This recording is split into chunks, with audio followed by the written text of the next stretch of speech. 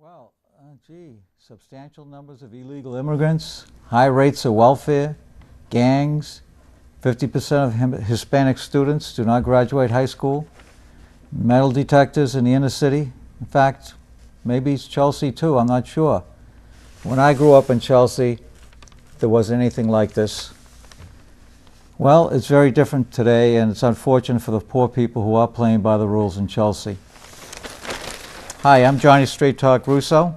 I'm broadcasting live from the RCTV Community Access TV station in Reading, Massachusetts, the United States, Earth, and the Milky Way. I'm not sure if there's anything else I can do. Anyway, questo è la programma numero 12, and that's the 12th program. This is a live call-in talk show program. You can call at the number at the bottom of your screen, 781-944-8888. If you want to call my cell phone, you're welcome to. It's 781-389-6879. All messages left on that phone are the property of John Russo. The motto, the way Massachusetts should be, according to me, because it will cost less. The financial, let me start again here. How do you exercise your brain? Well, every medical association that you know of or read about will tell you in order to maintain great brain activity and cognitive ability, it's good to have mental activities. Physical exercise does help to accomplish this, but it's not as good as mental activities. Food making programs, gardening, all these low-level activities will not help as much as, for example, watching a town manager show. He certainly does generate some interest. But the best is Johnny Straight Talk Russo. I guarantee that you will exercise your mind, but of course you have to have one that is worthy of this program. Socialists will gain, Marxists will gain, but the ones that will gain the most are the liberal Democrats, because they think they're the best. Why?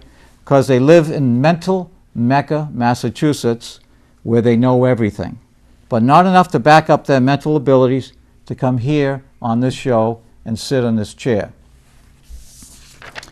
We've had a few calls from Unitarians. One was Kim DiGiovanni, the other one was Mr. X, who's never identified himself, and we also had another Unitarian who wrote a newspaper responding to my letter. I appreciate that, and these people, you have to recognize them for their forthrightness and also ability to stand up in what they believe in. I'm hoping that they will call again. So I'm looking forward to any call this evening to discuss what my topic is tonight, which is the new anti-American, the Democrats. The financial crisis is a great incident or event that is really prominent for this show that I'm talking about. And numerous times, personal responsibility was not exercised by a number of different people in the government, Republicans and Democrats, the Federal Reserve, you had brokers, you had investment bankers, you had the bond rating companies, one after another. Serious irresponsibility is still happening every day in the USA and in other areas. We have just accepted it because it is happening all around us, and it's been basically normalized. What I'm going to be talking about hasn't cost $2 trillion so far as the bailout has, but it's still costing a lot of money for the responsible people who are now going to be paying and have been paying for the irresponsible people. The theme of this show is irresponsibility and how it is seriously undermining the country. Democrat policies and programs are far beyond just irresponsibility. That is why I call them the Anti-American Democrats. Now I'll discuss my own story as a comparison to the days when responsibility decidedly was greater than it is today. I've achieved the American dream that many aspire to, but why are fewer and fewer doing so?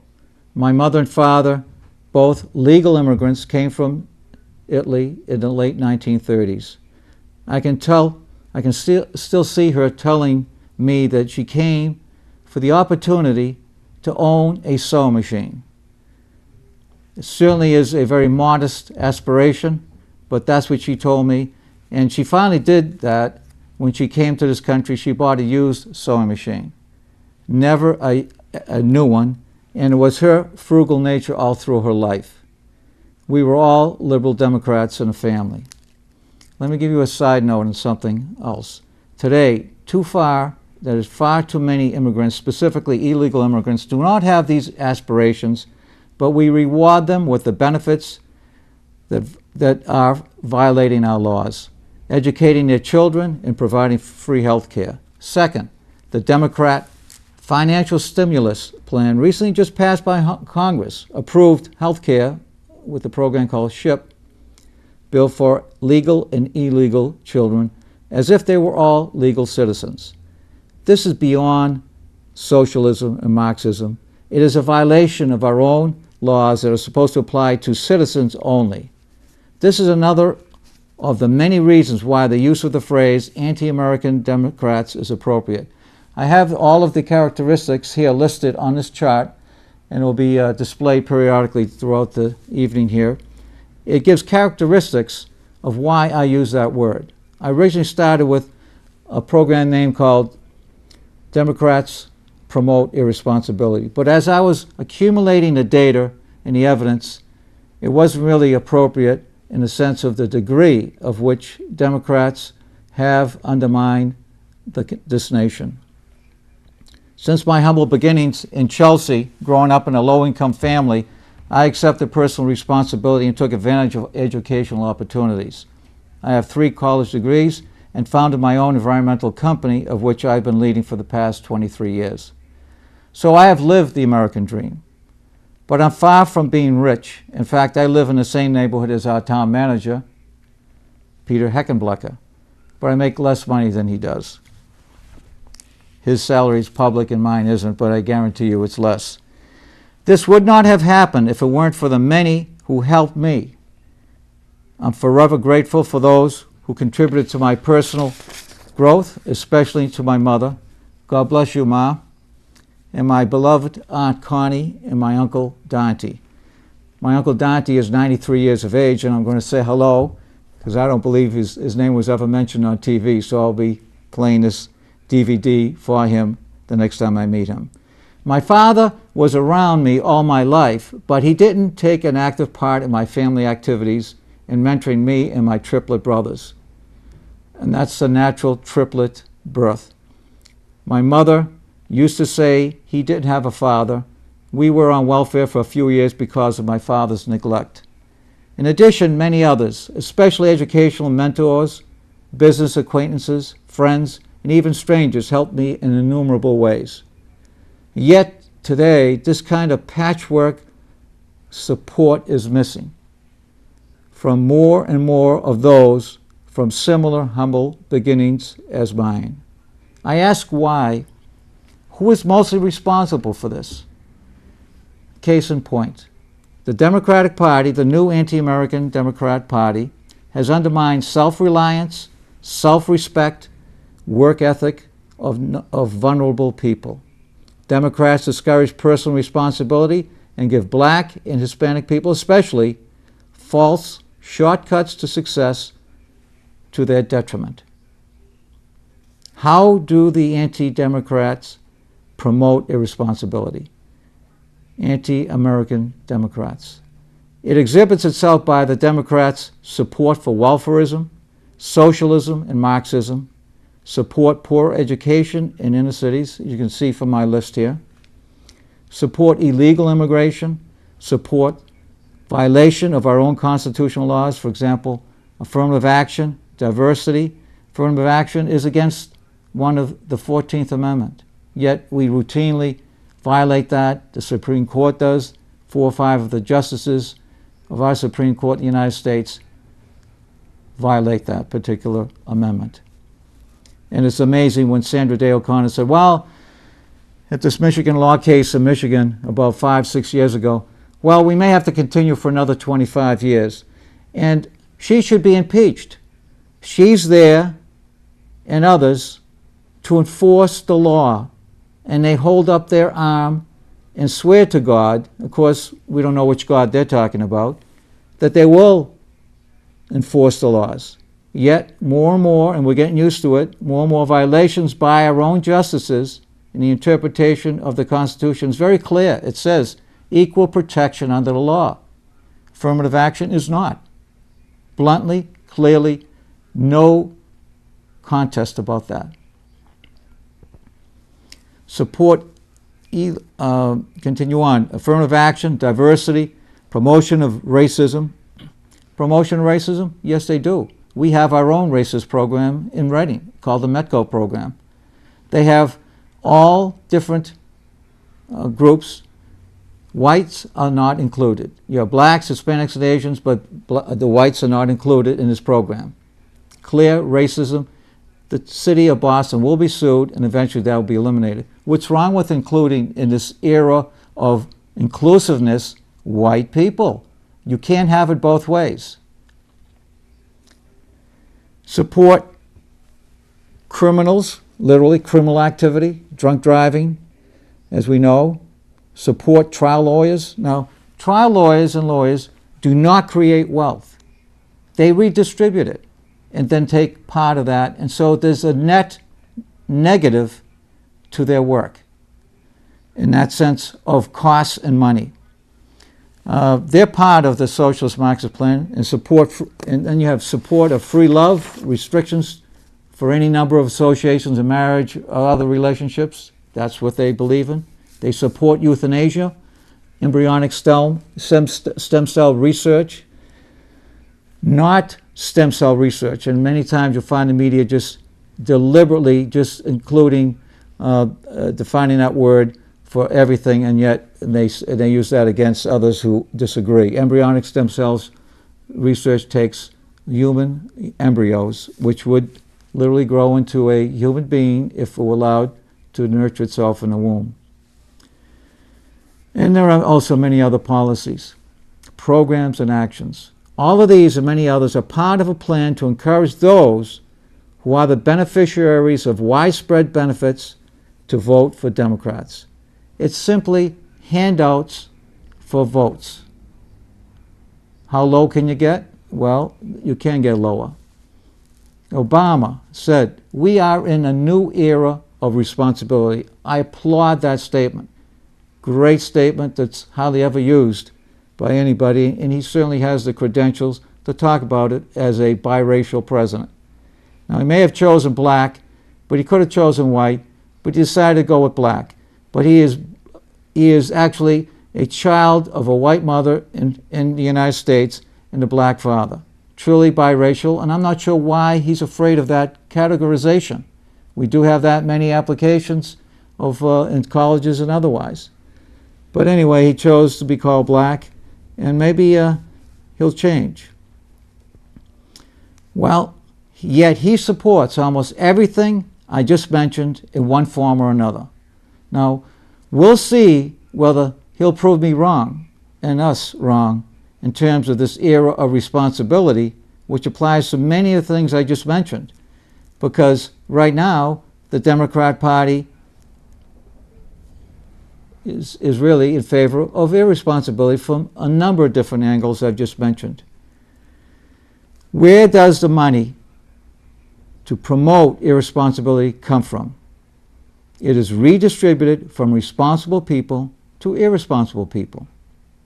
Now, who are the leading supporters of the Democratic Party? It's very important to know who's supporting them and to know why they support them. Obviously, they agree with what the Democratic Party stands for.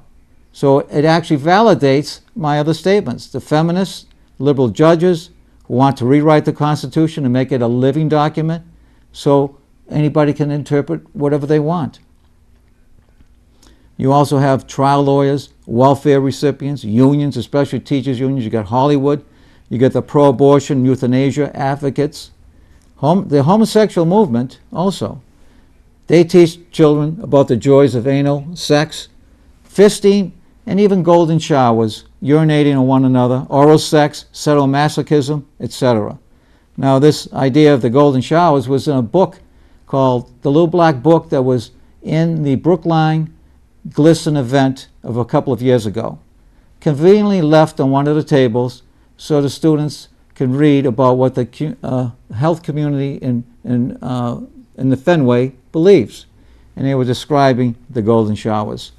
Really, it's a promotion of perversion, and this is what they want to leave the younger generation. Illegal immigrants support the Anti-American Democrats, anti-religionists, ACLU, and others. This is not the party I belonged to from birth to when I was 40 years of age. That's why I left. Their platform today is really, as referred to by the press, identity politics.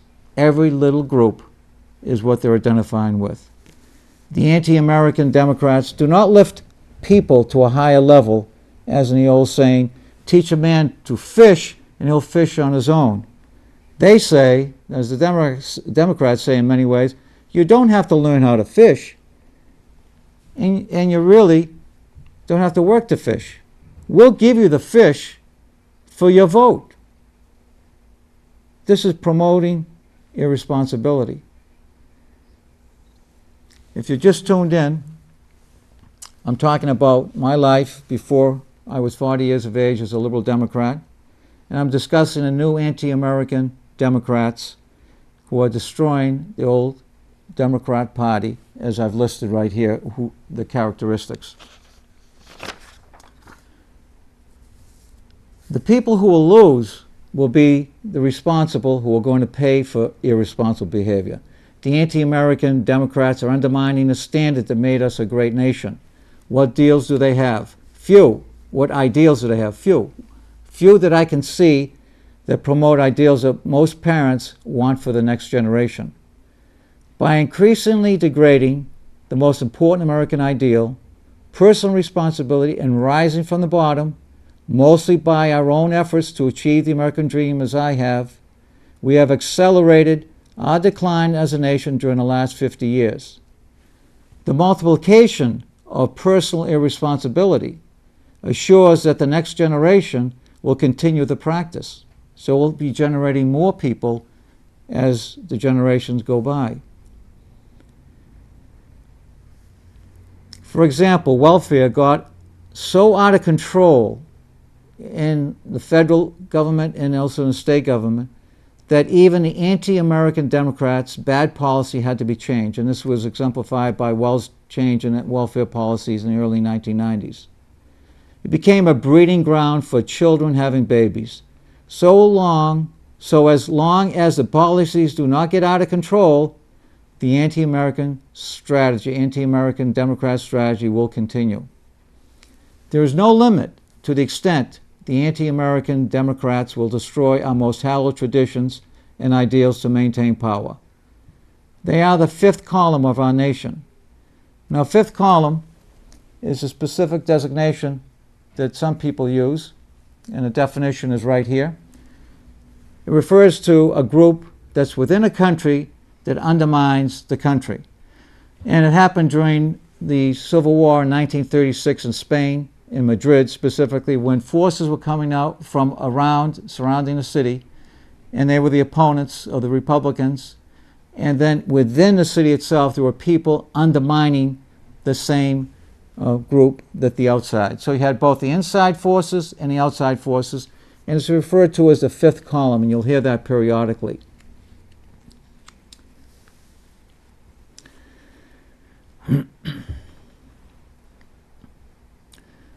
There is no limit to the extent, let me skip that paragraph. My characterization of the Democrat Party will be difficult to accept even by those who are not Democrats.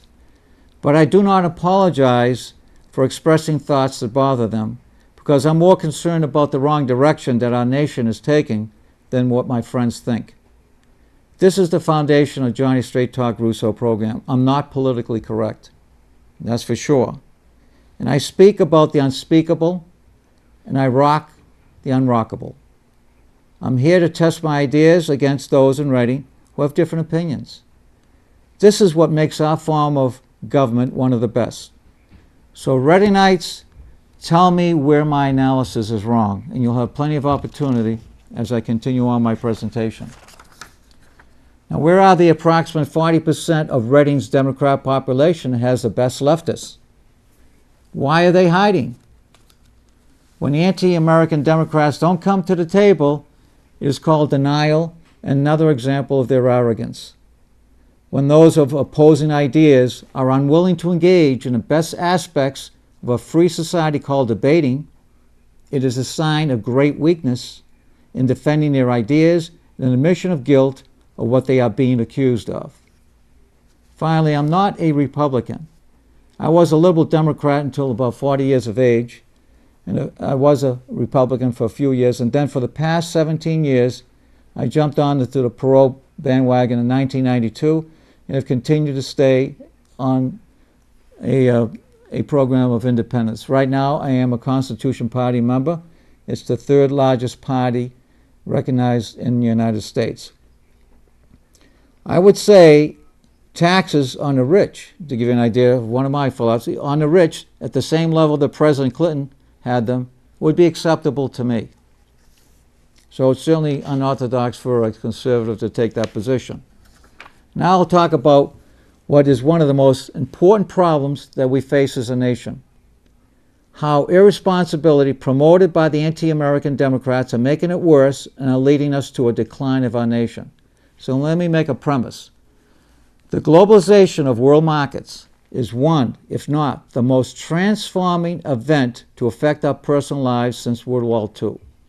World War II ended, but what we are experiencing will increasingly change our nation to our detriment. And this is the globalization of economies, tremendous trade from one country to another worldwide. It's accelerating. We must reduce the overhead cost on our products that we sell. That is, the costs that are added to the products, and also, for example, liability, litigation insurance, unemployment insurance, federal and state taxes for welfare, divorce, environmental conditions, education, immigration, and many other cost factors, all added to the products we sell. These added costs increase the selling price of our products outside of the United States, and in turn makes us very less competitive, quite a bit less competitive. And in turn, it reduces USA jobs. The greatest source of our accelerating overhead begins with our continual decline of personal responsibility, both intentionally and unintentionally. This is one of the reasons for the acceleration of America's decline. Irresponsibility is rampant in my generation, and those children of the irresponsible are saying, why should I bother? Why should I bother with those rules? This is the multiplication factor. It starts small. The next generation, you have more, and our population is increasing, so this is continuing to accelerate. The group that is accelerating this process and widely promotes irresponsibility are the anti-American Democrats. It is the hallmark and fundamental political philosophy of Democrats. It's promised, it's actually promoted shamelessly without any reservation. It's not all of them, but they are all complicit because they are registered as Democratic voters. You can't be part of a party and say, well, you don't believe this, this, and this, and still be registered as a Democrat. You are validating the program. Liberal Republicans certainly contribute to some extent, but it's minor by comparison. Remember, I'm not a Republican, as I've said. I am a conservative, however. Now let's look at the facts of our current national problem. Then I'll show how the anti-American Democrats are contributing greatly to our decline. As I called them, the fifth column. In fact, we'll go back and we'll put the anti-American Democrats back on again so that anyone coming into the show at this time will see it. One of our nation's most important problems, I said, is affecting every aspect of our daily lives is the globalization of world economies. It is transforming our nation, our communities, and our personal lives. As a nation, we've been a leading economic power for decades in the world. But it will become an Asian-led economic world power. Investors call it Chindia, Chindia. It will seriously threaten and even eclipse our own nation. It may not be inevitable if we redirect our efforts to decrease its effect on us. So I'm talking about globalization and its effect on all economies. We're losing more of our jobs, and that's getting more serious, especially during this time of financial crisis. But it's been going on ever since the Clinton great economic boom that we had. Even during one of the largest booms we ever had in modern history, probably since World War II, we still lost manufacturing jobs.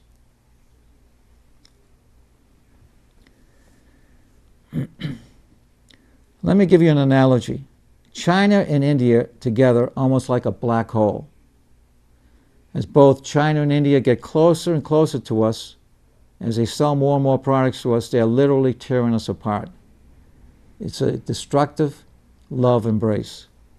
This is what scientists have observed. When you have a black hole that's coming closer to a planet, it literally tears it apart by sucking it in. It is such a strong gravitational pull that's in a black hole that even light cannot escape it. It may be one of the ways that we actually may find our own demise. But in any case, this is what's happening. They are eliminating the lowest technology jobs that we have in the United States, and they're continuing to go to a higher level, like my own company, which I will discuss. These changes are accelerating only one way. It will always be one way for the most part. If you think it is tough now during our generation, it's going to get far worse. And I say to the environmentalists, wait until Africa gets going. They will teach us to be one of the most environmentally friendly nation if we dare. Also, it is becoming the next lowest cost nation.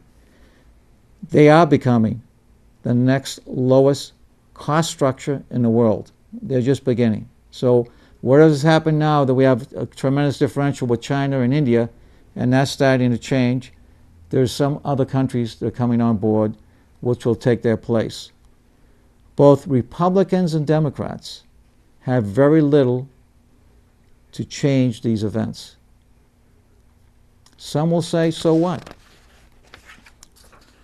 We not only have an accelerating number of worldwide competitors who are really opponents from the outside of our nation taking our jobs because of their lower cost, but we also have our own opponents inside our nation who are raising our costs, and these are the Anti-American Democrats, the fifth column.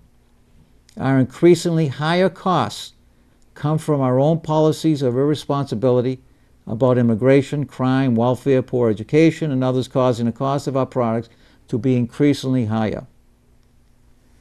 We are getting hit from both sides, from the outside and from the inside.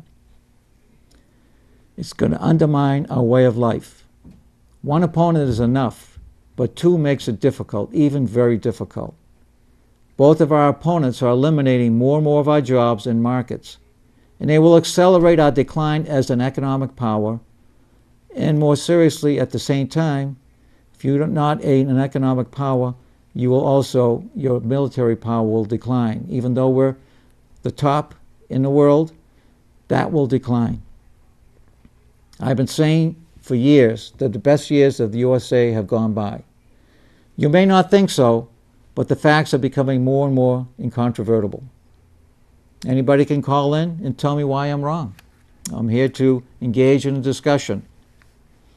Since we can't control other nations, what can we do to control our own overhead or cost structure of the products so that they can become more competitive?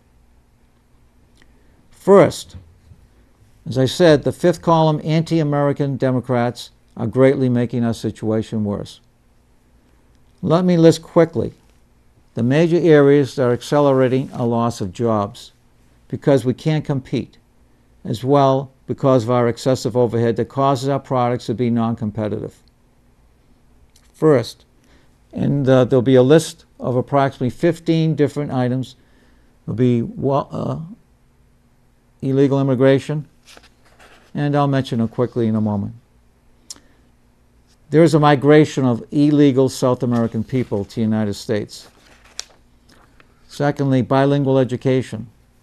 Foreign ballots, in some cases up to 75 in some cities in California.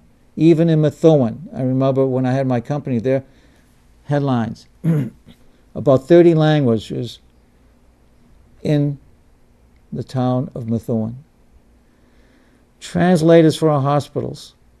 Our own government documents in many languages. This is expensive and is creating a Tower of Babel in our own nation. English is a glue, a language that keeps us together. When we don't have that, we'll end up with balkanization and separatism. This happened with our next door neighbor in Canada, with the French and the English. About 10 years ago, there's only a 1% difference between those who won to stay as a union and those who wanted to separate. We are developing these kinds of spheres within our own nation, especially South Americans in the Southwest. They will grow apart, as well as we have the problem in Florida and other areas. The rest of the country is mostly assimilated, all of the immigrants that came over this country for the hundreds of years that we've been here. Non-assimilating immigrants who are balkanizing our nation is destroying the glue, as I mentioned to you. I gave you several items in this section to show you how each will be discussed as I continue. Another will be moral decline. There has been a dramatic drop since my days about today's generation to the meaning of commitment. And I'm not talking about religious moral decline. That's a separate issue. But let's look at it with the most secular people that would like to look at it. Commitment, responsibility and accountability. The meaning of those words, doing the right thing essentially, in personal obligations in marriage and family and children and family, they have declined dramatically. These are crucial parts of the glue that holds our nation together. We cannot solve the great majority of the country's tremendous social problems with more laws that control behavior to compensate for the continued decline of marriage and family and its effect on children. I'll repeat that because it's very important. We cannot solve the great majority of our country's tremendous social problems with more laws that try to control behavior to compensate for the continued decline of marriage and family and its effects on children. A third one would be welfare, another item I'll be talking about. Marriage and family, the Constitution, specifically the anti-Constitution judges, and that's why I belong to the third party, Constitution Party of the United States, to uphold the laws that made this country as it is. We have lasted over 200 years with laws that were generated by a people today that would be really greatly outmoded in terms of daily life.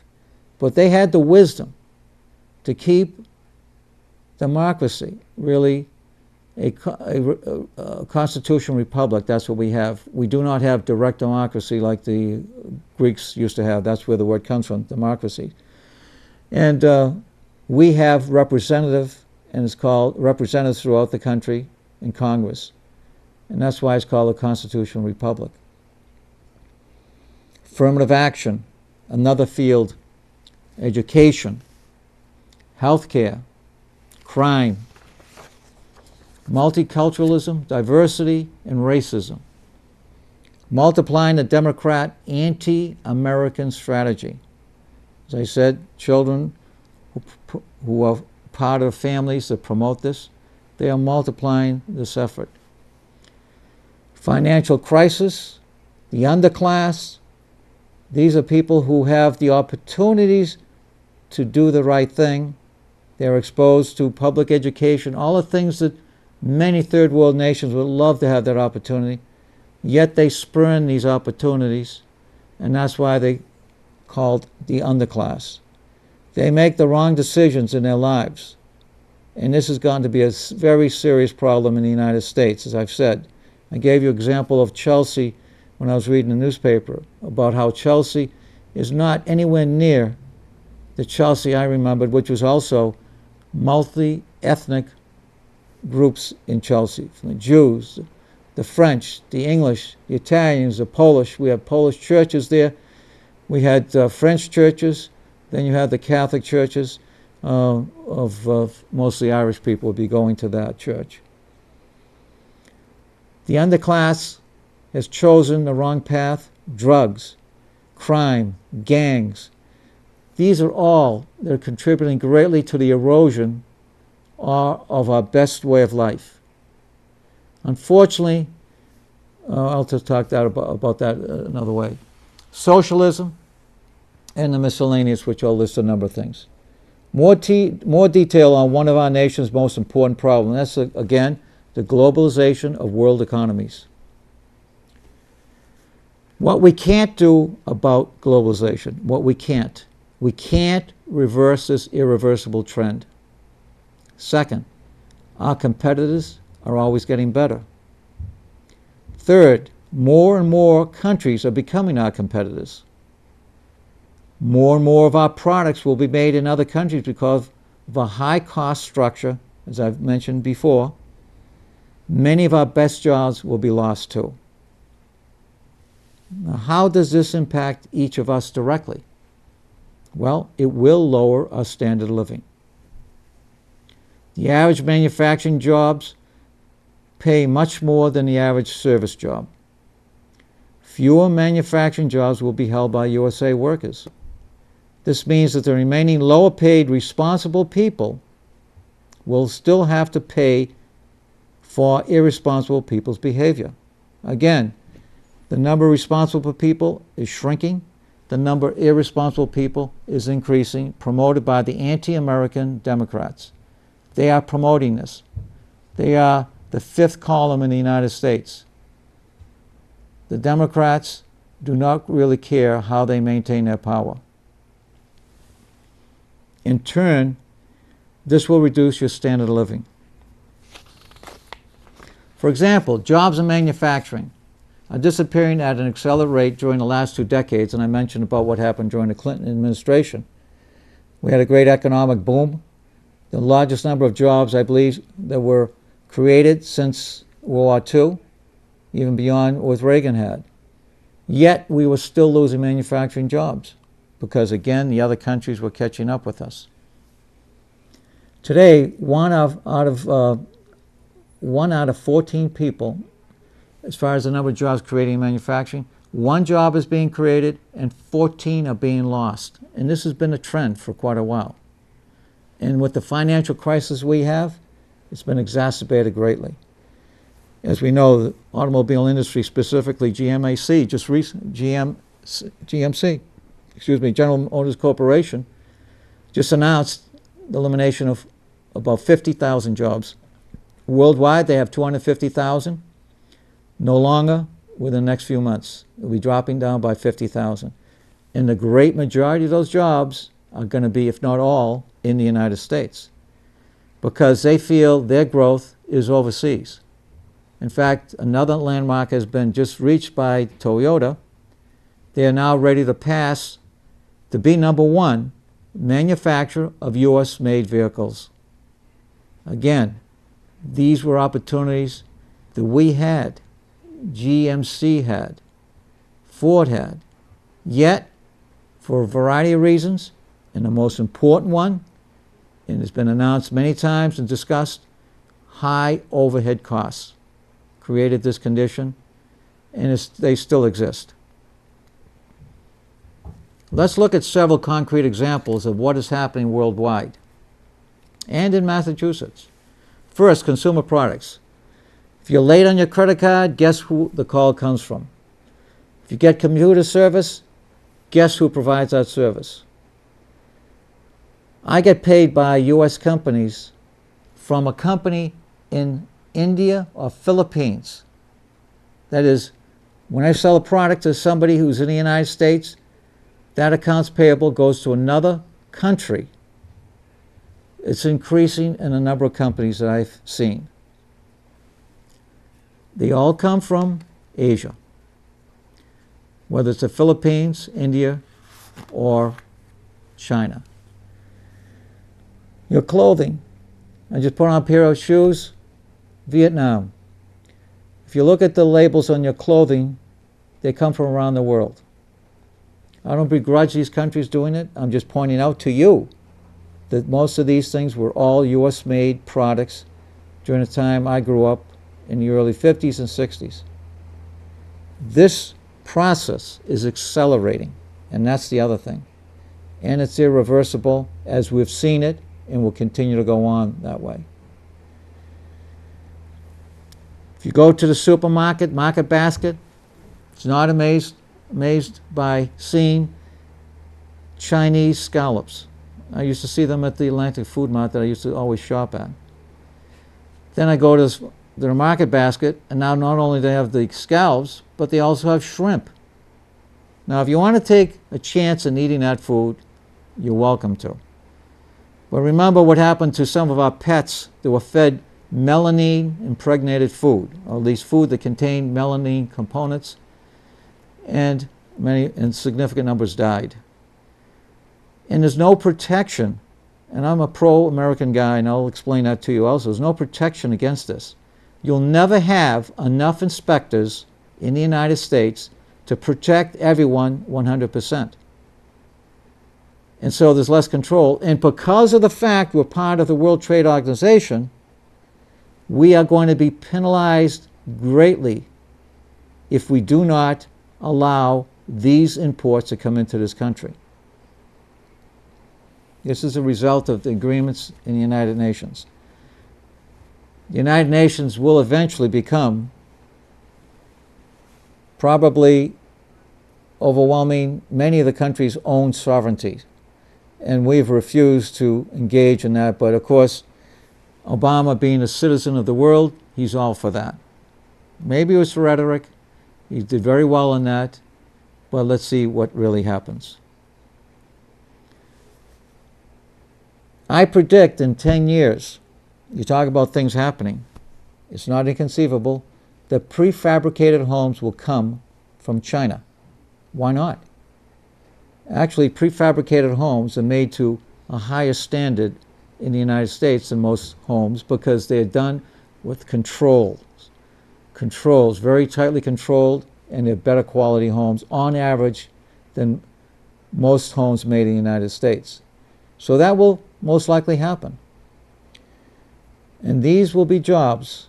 The plumbers, the electricians, the carpenters, the need for them will be shrinking. Yet I feel of most of the jobs that are available today, you should stay in that field because it's a great trade to protect your job from being exported to other parts of the world. Now let's look at military products. So you got consumer products, even our military products are being affected. I was amazed. I still have a copy of a Forbes magazine article. One picture showed the whole story.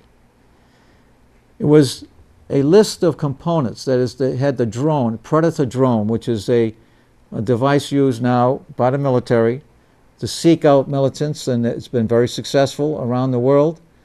And that drone, which is an unmanned missile, can bomb different parts of the world from here, from a laboratory or from an office.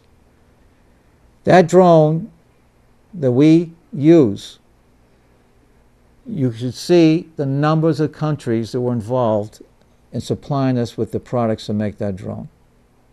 This, again, as I said, is part of the decline that we're going to experience. We can't be a world power with other countries providing us key components. As we lose more and more manufacturing jobs, making steel, we're getting fewer and fewer of these industries that can supply us. This is what's happening. This is going to happen within my generation. As I said, the Predator drone was one, but it's happening more and more. We will be no longer a military power as is going on right now. So trying to repair the cost structure gives us a little longer life. than doing nothing. And that's what I'm advocating.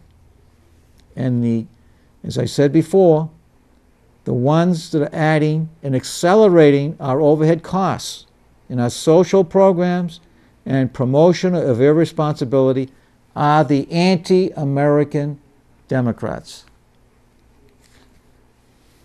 Now how did the rest of the world get so capable, so fast in taking jobs from us? This is a very critical component to the new globalization of economies that few people who are not in the business world, would understand. But this is how it goes. This is the third item of this discussion. How did China and India get into the top echelon auto manufacturing? Well, it all came from the top manufacturing companies in the world. That's where the technology came from the rest of the world. Here, this is how it goes. India and China, countries, negotiate with top auto manufacturers of the world, and it says, our people need cars, but we want to build them here in China and in India. So Porsche, you got Volkswagen, you got GMC.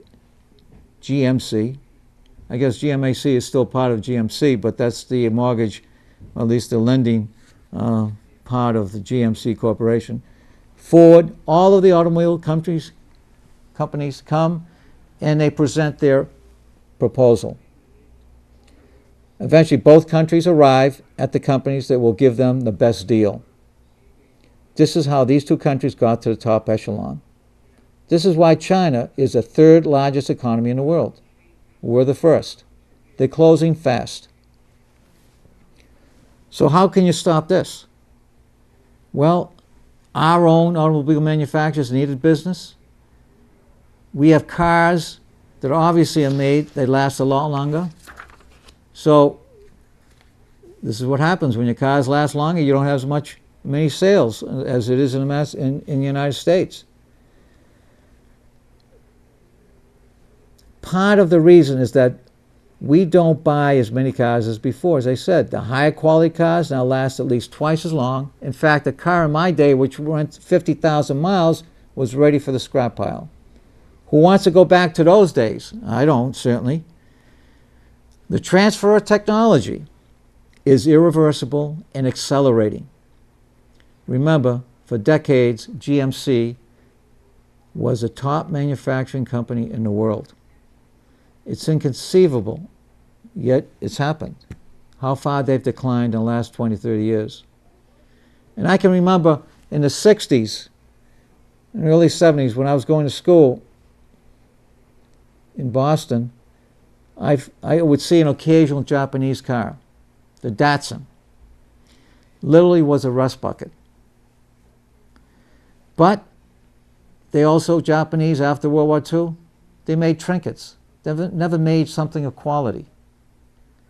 But their determination, which is one of the great features of their country, their determination to be the top started then, and they overcame the disadvantage of all of the images, but it took decades and decades. And also for us, when they achieved this top and we were here, we're still going down, not really, but we're catching up, I would say. And there's much less difference between these two companies. But the point is this: the Japanese companies have the de facto image in American minds that the Japanese car is better. It may be down to a small difference in the quality of the bolt, but you'll never see the difference. Unfortunately, it's going to take GMC decades to try to recover, if ever possible. Not when you have a determined competitors, and wait till the Chinese come on board, and that's what's going to happen. It's going to continue. Who knows how much lower we will go. Second, the reason for accelerating success of both countries is that they have lower overhead and cost structure than our manufacturers. They have weak environmental regulations in China, for example, but not in Japan. Very little. There are two different competitors that we have here. Very little or no unemployment insurance, welfare is not there, high liability insurance. All the things that we have are burdening our automobile manufacturers are not present in China. And you may say, well, they're going to develop their laws and everything. It's going to take decades, and we will not be around, or at least in the form that we're in, by that time. As I've said before, this is the area that we have control over, that is overhead costs, and we can markedly reduce these costs. But the fifth column, anti-American Democrats, are greatly increasing our overhead cost structure instead. The fifth column, anti-American Democrats, our own country's opponents, have, from within, been undermining our country for decades by destroying our best American ideals. In this way, they can maintain power over those who are complicit in our demise as a world power. Remember, the Democrats care only to maintain power, not how to keep the best that America has achieved. And I've mentioned all of these particular examples. They achieve this by bondaging vulnerable people so they can vote for favors that Democrats keep giving them. Just remember my motto. The way Massachusetts should be, of course, my way, because it will cost less. And that is very important. Note, when China surpasses us as an economic power, this totalitarian country will be able to use its economic power to become the largest military power of the world. It's already happening now when they demonstrated several months ago their ability to shoot down a satellite in space. It's a shot across the bow warning for the USA. We are in the sunset of our nation, and we better take it seriously. Fourth is another example of some of the things that I've been talking about. Massachusetts' new trend. Now, Massachusetts, during the 30 years, there have been two great economic cycles. The first happened during the Dukakis administration, called the Computer Innovation, led by Wang, Digital Prime, and others. The second was during the Weld administration, which became eventually called the dot-com companies in the internet and telecommunication markets. Both created essentially full employment, less than 2% unemployment, and that's considered to be full employment, and high-paying jobs. During the latest economic cycle, mostly driven by a biotech market, has not created anywhere near close to the number of high-paying jobs, and we actually bottomed out at 4% unemployment, very close to that. The last cycle of disappointing growth is caused because of global competition, even competition with other low-cost environments like the Research Triangle in North Carolina and other states. When Deval Patrick says in a numerous number of radio ads, it's all here, well, he has it backwards. Yes, taxes are all here, and less of our manufacturing is here. Oh, sure. Johnny Straight Talk Russo, you're on the air. Yes. Yes. Hi. Yes. Yes, I'm here. John Russo. Can you hear me? Yes. Okay, fine, John. Let me ask you something. Which one are you talking to? You got to turn off your TV. Okay, fine, John. Are you talking about isolationism when you're talking about all the jobs and the technologies going overseas? No, I'm not advocating isolationism. What I'm just saying is the events which are beyond our control. In fact, we cannot have isolationism. This is nowhere near the Monroe Doctrine we had a long time ago, because the United Nations will fine us if we refuse products from other countries that meet certain standards. Of course we can't refuse, John. We're not going to grow tea in this country. Huh? We're not going to grow coffee. That is right. And we even shipped rice to Japan last year, I believe. So we can't, when you say that, oh, all these jobs and everything are going overseas, the problem is with the GMC, they were making lousy cars. I'm not going to buy a car that's giving me 14 miles to a gallon. Well, you're right. and it's mostly the You see a result. Ford or Chrysler, which is going under, build cars that'll give me 30, 35 miles to a gallon. Those are the cars I will buy. Exactly, and there's nothing wrong with that. What I'm just saying to you is that we have allowed this to happen, and when I mentioned that Toyota will now be selling more cars in the United States than our own, than GMC.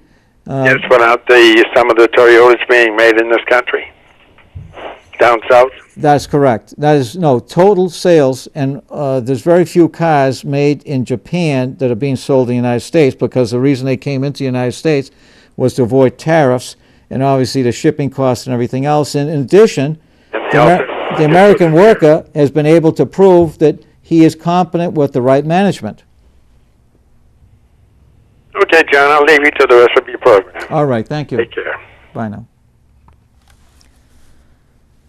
What I'm saying here is that I'm not promoting isolationism, but what I'm saying is that in order to be competitive, we got to be better. And I'm addressing the personal responsibility which increases our social costs, whether it's health care, one thing or the other, welfare, immigration, all of these things take part in adding costs to our overhead. And I feel one of the only things we have control over is that. There are other things, sure, I'm sure. Well, just call up and let me know. Let me talk about my, we have about 3 more minutes. I'd like to talk about my own company, and I will not hold up the newspaper, and this will be probably the end of the show. My 23-year-old company, I'm going to debunk a myth. I hear this over and over again. U.S. companies are exporting jobs. Let's stop them. We will do it by passing laws, raising tariffs, or other combination of restrictions. You can do some of this, but it will have essentially insignificant effect on our jobs. When I started my business in 1986, after 23 years, I had every aspect of my business plan right except for considering the deindustrialization of New England. For the past 15 years of running my company, I used to use only American-made products. I paid a premium, bought American cars, and I still do. Then, as competition increased and more of my customers were going to lower-cost supplies from Asia, my profit margin decreased, and I couldn't do it anymore. So I did what I had to do to keep my 12 employees employed. There was no way out. Other business owners know what I'm talking about. But the great majority of those who do not is the problem. And now I'm trying to educate you on that. Neither Democrats nor Republicans want to tell you the whole truth about where we are going. They only want to be bearers of glad tidings, and this is why I am telling the whole story. You'll get this here and there, but it's not on the radar screen. You can do much about other nations. You can't do much about other nations' products at lower costs. In fact, neither party offered to raise tariffs on products or said that they were going to stop U.S. companies from going overseas or reduce the number of special visas for skilled workers. At one time, the Democrats did take that approach. They're no longer taking that approach.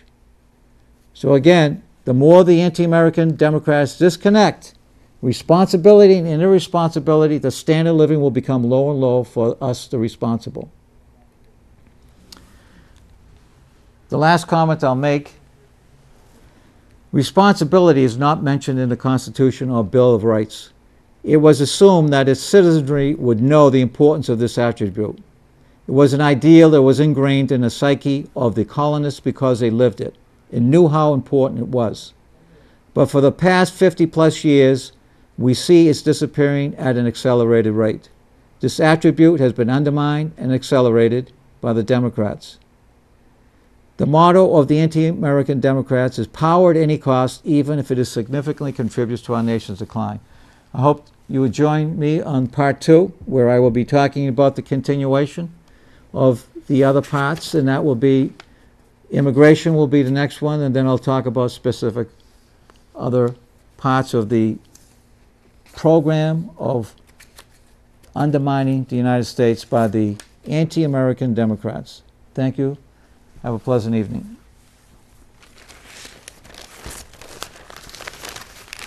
Well, in the last remaining seconds or so, I'll just simply go to my paper for any new ideas to always make my show better. As you can see, well, there isn't much good news, to say the least. But we'll try to do the best we can. Hopefully we will continue on protecting our country as we have, and the Obama administration will not allow some of those terrorists down in Guantanamo Bay to just simply go off. As we know, down in Saudi Arabia, some of the people that we released were then jailed by the Saudi Arabians because those detainees were engaged in other terrorist actions. So there you go. The worst down here at Guantanamo Bay. We hope that the Obama administration will do its best to prevent anybody who is in this category of a terrorist would be duly punished. Thank you.